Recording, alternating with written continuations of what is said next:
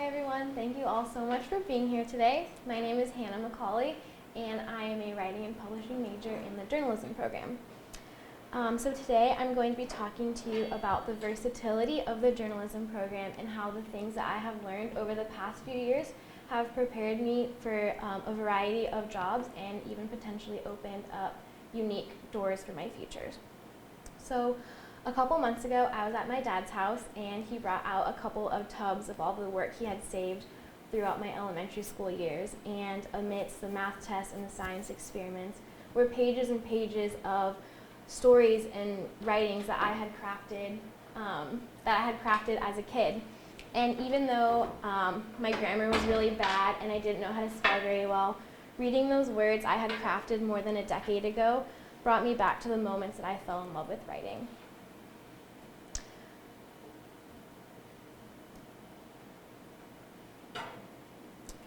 I have distinct memories of sitting at my dad's old computer and pulling up Microsoft Word and crafting stories that could have come nowhere but the mind of a little kid.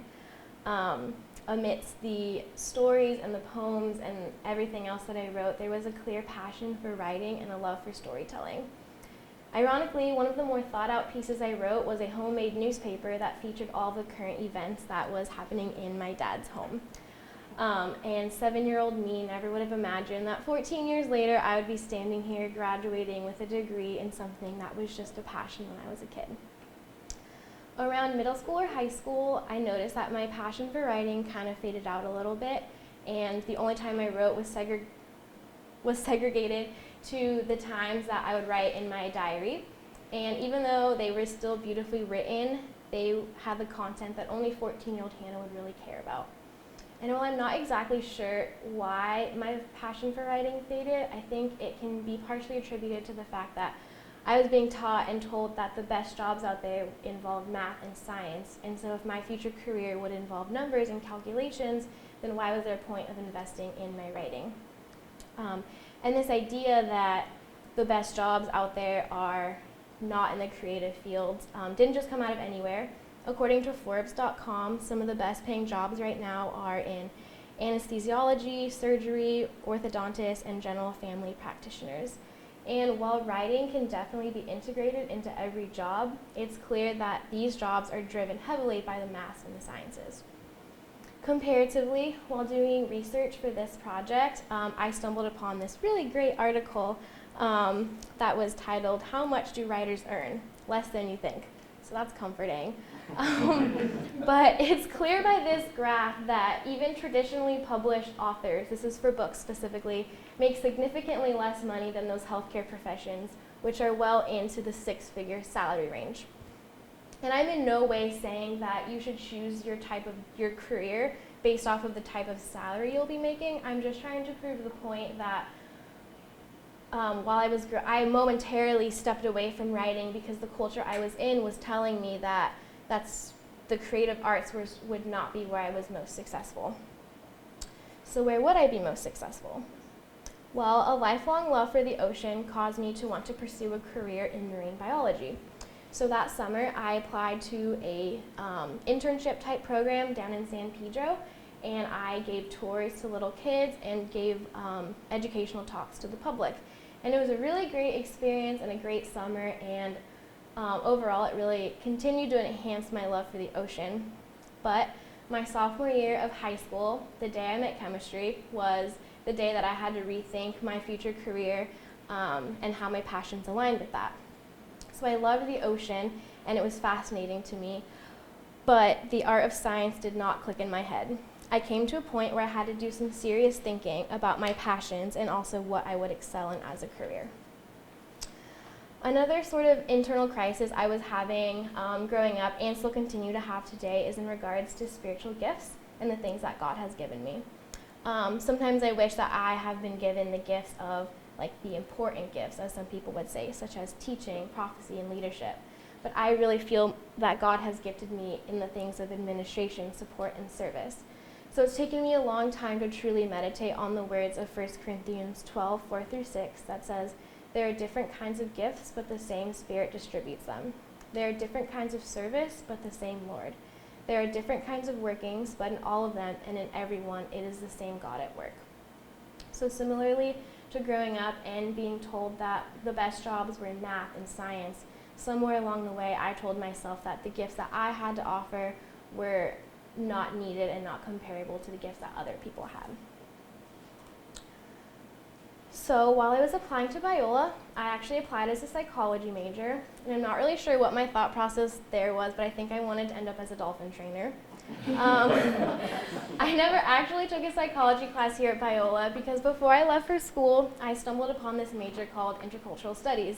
And I had never heard of that, and I didn't know what it meant, but I knew it involved culture, obviously, as well as integrating culture with Jesus and the gospel. And in the past, I'd also wanted to be a missionary, so I figured that there would be no better time to become a missionary than while studying at the Bible Institute of Los Angeles. So my one semester as an intercultural studies major was really great, and my eyes were open to a lot of injustices that happen every day in our world, and I feel like I was given a lot of valuable tools to really impact the world for the Lord Jesus Christ. But I never quite felt like I fit in with my classmates. Namely, I liked to wear shoes, and I didn't want to go on missions, at least in a long-term abroad sense. And that this is in no way a critique of the ICS major because there is so much great stuff that it has to offer. I just felt like something was still missing. Because when I looked over the concentrations that the major had to offer, nothing really stood out to me and nothing sparked my passions. But there was another option. I could do an interdisciplinary with another major, and it would be like getting a baby minor in something. And journalism immediately stuck out to me. So the next semester, I enrolled in Foundations of Journalism with Dr. Longano, 3 days a week at 10:30 in the morning. And a Friday morning class was not an ideal situation, but after a few weeks went by, I realized that I was where I belonged. Because of that class, I had the opportunity to start a blog, as well as to write for the school newspaper, The Chimes. I had never written a news article before, but the first article I wrote on the applied psychology program here at Biola came much easier to me than I had anticipated. I was a freshman, and I didn't really know anything about this program, but I talked to a couple people, did some research, and I was able to write a front page above the fold article. And after that, and because of that moment, and for a variety of other reasons, I decided to switch fully to the journalism program, so I wasn't doing an interdisciplinary with ICS anymore. And I still remember the day that I walked my change of major form up to Dr. Longano after class, and he smiled and said, "Welcome to the major." So here I am 3 years later, and I have just about completed a degree in writing and publishing under the journalism program.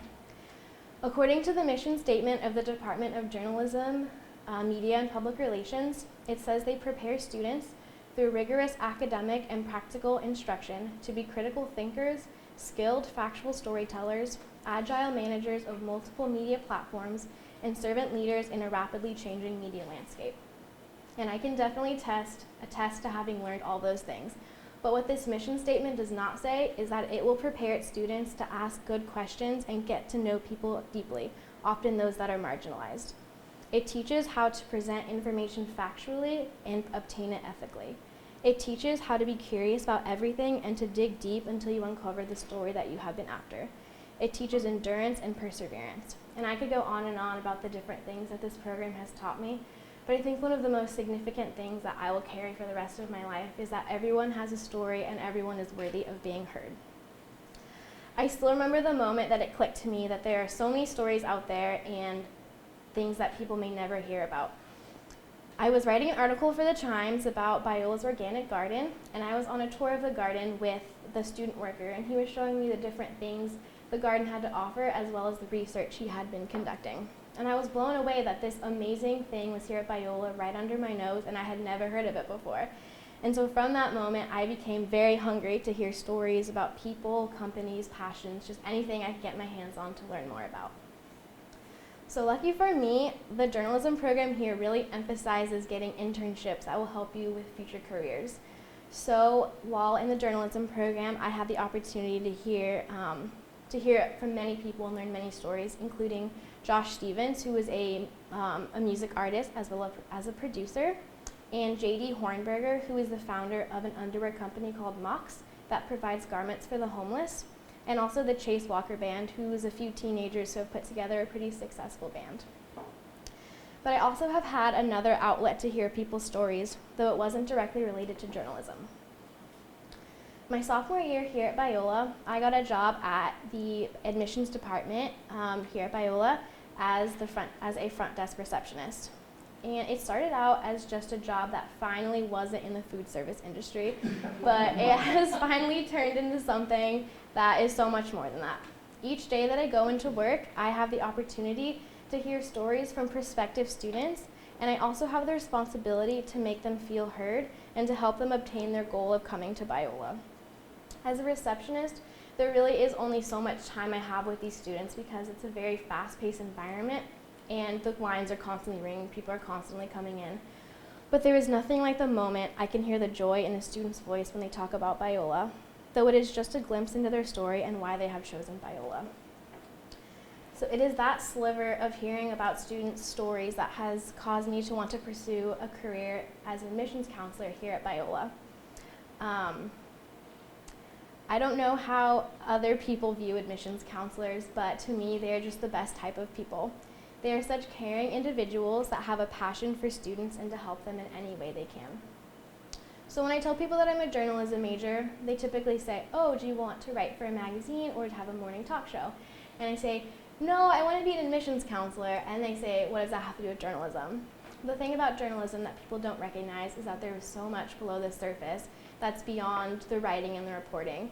Because to get good at writing and reporting, you have to practice those skills. And while practicing that, other skills emerge, such as honesty, perseverance, and compassion. So there's so much more to journalism than meets the eye that people don't see unless they're actually studying it.